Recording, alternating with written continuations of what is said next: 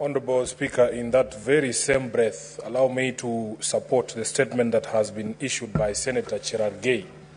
Honourable Speaker, you know, in my other capacity, I'm the SG of ODM, a party that has suffered the brunt of some of the things that Senator Cherargei is referring to.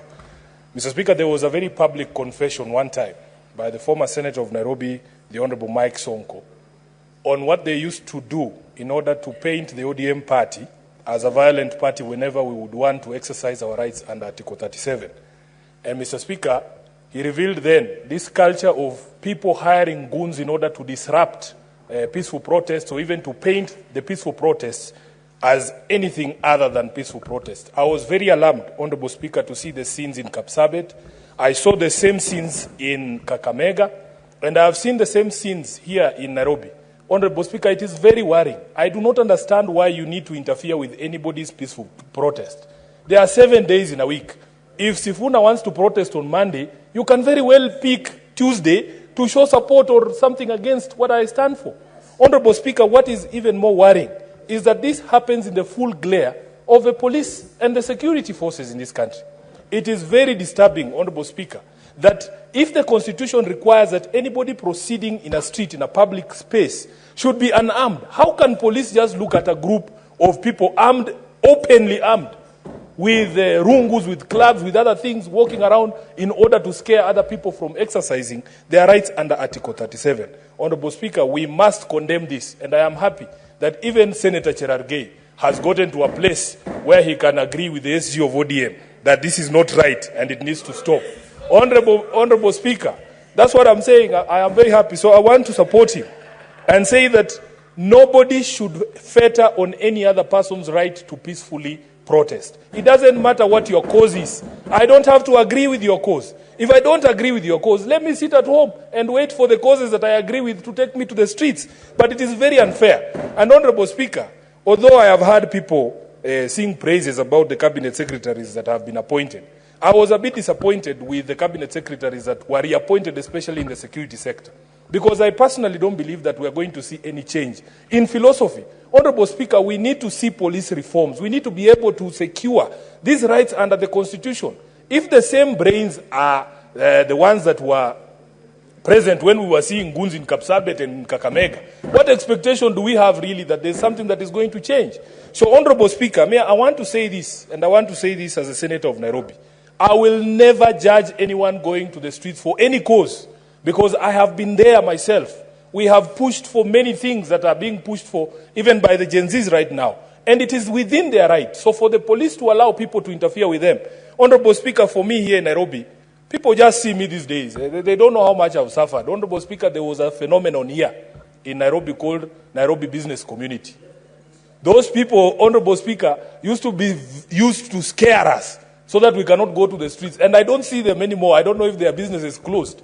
I don't see them anymore. They used to be deployed specifically for Maandamano that is championed by ODM and the opposition. Honourable Speaker, we even saw sometimes you would hire a ground like Uhuru Park, and then a conflict arises out of nowhere. You hear there was supposed to be a crusade here by some obscure bishop, just so that you do not have that meeting at that particular point. So, as a staunch defender of the rights under Article 37, I want to fully associate myself with the statement that has been sought, and we need to bring those security chiefs here, especially the CS, the reinvented CS for security, internal security. I want to hear him tell us what he's going to do about this specter of people mobilizing goons in order to dissuade other people from participating in peaceful protests. Lastly, Honourable Speaker, on the statement that has been sought by Senator Crystal Asige, I do not know what Kenyans expected, because the output is as good as the input. The truth of the matter is that we are a country on a downward trajectory when it comes to everything to do with sports in this country, because we have not invested in sports, Honourable Speaker. When Senator Veronica Maina talks about the stadia that has been built in Rwanda, do you know, Honourable Speaker, that the last meaningful national stadium or international stadium that was built in this country were built by President Moi? They were built by President Moi. Successive regimes since Moi built as Nyayo Stadium, and build us the stadium in Kasarani. We have never done a structure to that level. Honorable Speaker, just a few months ago, I was here on this floor complaining that we football fans missed a critical fixture between Harambee Stars and the African champions Cote d'Ivoire because it had to be played in Malawi. It was very embarrassing, Honorable Speaker. Honorable Speaker, this afternoon before I came to the House, I was watching the final of the national secondary schools soccer game between Highway Secondary and my alma mater, Musingu High School. Of course, I was very conflicted because I am the senator of Nairobi, but I also went to Musingu High School, and I want to congratulate Highway for their victory. I will be going to the school to see them later, Honorable Speaker. But the thing that I noticed from this year's games and even last year's games that were in Kakamega is that there is a yearning for sports in this country, and there is excellence in the grassroots. Buhungu Stadium last year hosted these games, and it was packed to the brim. The same as Gusii Stadium during this year's games. What is it that happens between talent at the grassroots and them being able to make it all the way to the national stage and even international stage? You had the story of the runner from Makueni, Honorable Speaker. We have frustrated our own people, and I cannot begrudge anybody who will want to go and look for opportunity elsewhere for as long as you are able to express your talent. Honorable Speaker, to this effect, I want to beg members of this House, I have sponsored a motion, a bill, to amend the Sports Act, because the Sports Act, Honorable Speaker, initially was supposed to bring some sort of cure to some of the problems we have identified. We were supposed to build academies in all the constituencies to support sporting activities at that level. It has never been done, because immediately those who were in power then saw how much money was actually being realized in the sports fund out of sports betting, Honorable Speaker. They decided to introduce things that have nothing to do with sports. On application of the fund, they introduced this thing of using money for universal health care. Honorable Speaker, that is where the problem is. I have sponsored an amendment. It was read for the first time here yesterday, Honorable Speaker, to the Sports Act, that each county must set aside at least 1% of the money this Senate gives them to support registered sporting associations. And this thing was triggered, this idea was triggered by an experience I've had, and I'm sure every member in this House has had. Every time the Nairobi Boxing Association has a tournament in Kirinyaga, in Vihiga, they come to my office asking me to support them with mundane things such as just transport to the venue.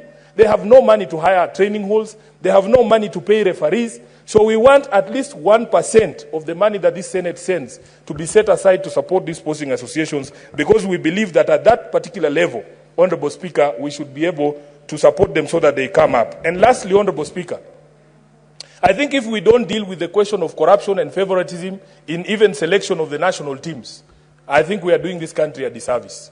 You go and watch these games at the grassroots, you watch grassroots football, you watch the high school games, you can see a player, a midfielder who can receive a pass, put his head up, look for somewhere to pass the ball, and that person just disappears within the system.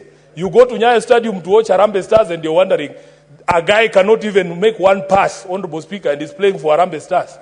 We used to have very low standards when we used to go to Nyayo Stadium. We say, we don't want to score. Can we just see 3 good passes and go home happy? Honorable Speaker, the bar has been set so low. So we need to see what is it that happens when these national coaches are selecting people. There is allegations of favoritism. And the most frustrating thing is you cannot even touch the management of football in this country. Because immediately we say we want to disband FKF and have fresh elections. They run to their daddy in Switzerland. Honorable Speaker, you get a call from Switzerland telling you, if you interfere with the current management, we are going to ban Kenya for X number of years. It is very frustrating for us, especially soccer fans who know there is talent in this country that just goes to waste. I thank you, Honorable Speaker, for allowing me to comment. Senator Olekina.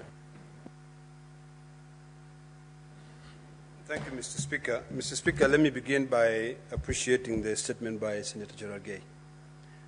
In the last parliament, I sat in this very house and we passed the T bill. And at first,